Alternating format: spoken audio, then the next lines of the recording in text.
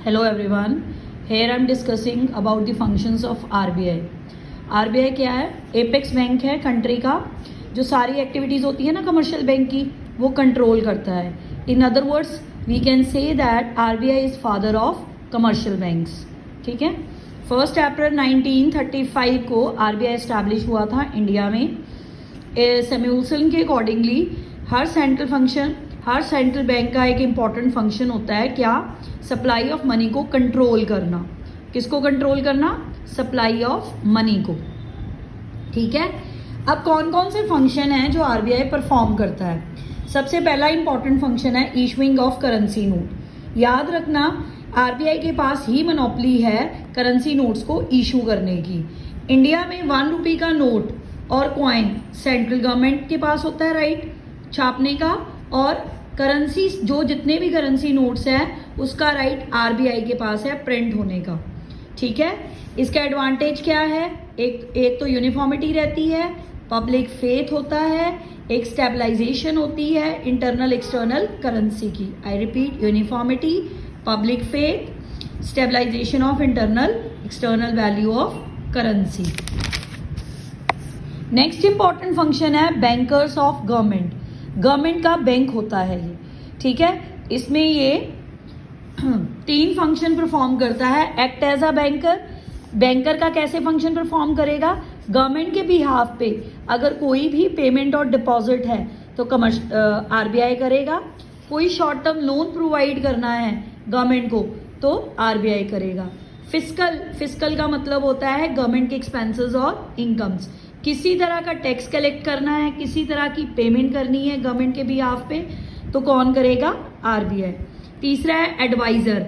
Government को कोई भी फाइनेंशियल और इकोनॉमिक मैटर्स के रिगार्डिंग डिस्कशन करनी है, कोई एडवाइस चाहिए तो कौन एडवाइजर है? आरबीआई. जैसे ट्रेड पॉलिसी, ट्रेड मतलब foreign trade policy, monetary supply of money के साथ रिलेटेड, डेफिसिट गवर्नमेंट के लॉस के साथ रिलेटेड. ये तीनों पॉलिसीज के रिगार्डिंग कोई भी एडवाइस चाहिए तो कौन देगा? आरबीआई. नेक्स्ट इंपॉर्टेंट फंक्शन है बैंकर्स बैंक. बैंकर्स बैंक का मतलब है कि इसका सुपरवाइजरी रोल होता है. जैसे मैंने आपको पहले ही बताया, commercial bank is a father of RBI is a father of commercial banks. देखो इसमें ये कैसे बिहेव करता है. Custodian of cash reserve. Cash reserve जितना भी होता है उसकी कस्टडी किसके पास रहेगी? आरबीआई के पास. ठीक है. Lender of last resort. इसका मतलब होता है अगर कमर्शियल बैंक की फाइनेंशियल रिक्वायरमेंट्स कहीं से भी नहीं पूरी हो रही तो लास्ट रिजॉर्ट कौन है? आरबीआई. ठीक है. यहाँ पे 2 रेट आ रहे हैं. ये कौन से रेट है? रेपो रेट है, एक बैंक रेट है. रेपो रेट क्या होता है? जिसपे central bank short term loans commercial bank को ऑफर करता है. शॉर्ट टर्म लोन याद रखना, दोनों में सेंट्रल बैंक कमर्शियल बैंक को देता है, पर इसमें क्या है? Short term loans. और बैंक रेट क्या है? Long term loans. याद रखना.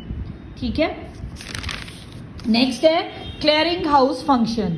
जैसे हर कमर्शियल बैंक का आरबीआई के साथ एक अकाउंट होता है. किसी भी तरह की कोई सेटलमेंट या ट्रांसफर है एक बैंक से दूसरे अकाउंट में तो कौन करेगा? एक बैंक के बिहाफ पे आरबीआई.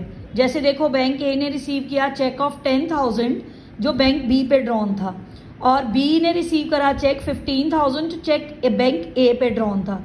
अब दोनों बैंक्स का सेंट्रल बैंक के साथ अकाउंट है, इजीली वो ऑटोमेटिकली इनके अकाउंट्स को सेटल कर देगा. क्लियर? अगर हम इसको सुपरवाइजर की तरह देखें तो ये licensing, branch expansion, liquidity management, merging, winding up, ऐसे डिसीजन कौन लेता है? जो सुपरवाइजर होता है. तो यहाँ पे सुपरवाइजर कौन है? RBI. Clear? Next important function है custodian of foreign exchange reserve. Foreign exchange reserve का क्या मतलब हुआ? जैसे किसी भी तरह का पाउंड, डॉलर, ठीक है, यूरो, इसकी कस्टडी किसके पास होती है? आरबीआई के पास. क्लियर?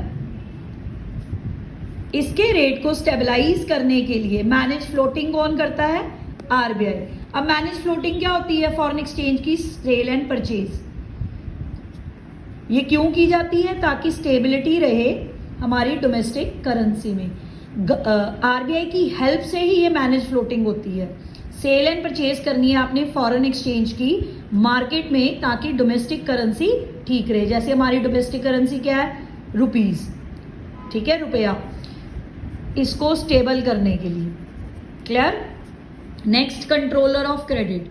सबसे इंपॉर्टेंट और मोस्ट इंपॉर्टेंट फंक्शन है आरबीआई का सप्लाई ऑफ क्रेडिट को कंट्रोल करना। क्रेडिट मतलब सप्लाई ऑफ मनी को कंट्रोल करना। इसके बाद सिर्फ डिफरेंट रेट्स होते हैं। जैसे बैंक रेट मैंने आपको पहले ही बताया, वो रेट जिस पे कमर्शियल बैंक को आरबीआई लोन देता है for long term needs. Cash reserve ratio, ये एक ऐसी रेशो होती है जो हर कमर्शियल बैंक को आरबीआई के साथ डिपॉजिट करनी पड़ती है। एसएलआर क्या होती है, स्टैचुरी लिक्विडिटी रेशो, ये हर कमर्शियल बैंक अपने डिपॉजिट का कुछ एक परसेंटेज अपने पास रखता है। ये सारे रेट्स कौन डिसाइड करता है, RBI, according to inflation and deflation. Other functions में क्या आएगा, किसी भी financial institution, international financial institution के साथ रिलेशन क्रिएट करना है तो वर्ल्ड बैंक जैसे आईएमएफ, ठीक है, गुड रिलेशन कौन मेंटेन करेगा, आरबीआई। ये आरबीआई के इंपॉर्टेंट फंक्शन थे, ठीक है। आई रिपीट कर देती हूँ। फर्स्ट फंक्शन था issuing of currency note, second था बैंकर्स बैंक, थर्ड था banker of government, clearing house function, custodian of foreign exchange reserve, controller of credit, other functions, ठीक है। ये सारे इंपॉर्टेंट फंक्शन है। मोस्ट इंपॉर्टेंट है इसका banker of government, most important है ये, ठीक है। बैंकर्स बैंक भी इंपॉर्टेंट है। ये दोनों बहुत इंपॉर्टेंट है, इनको डिटेल में करना। Thank you very much.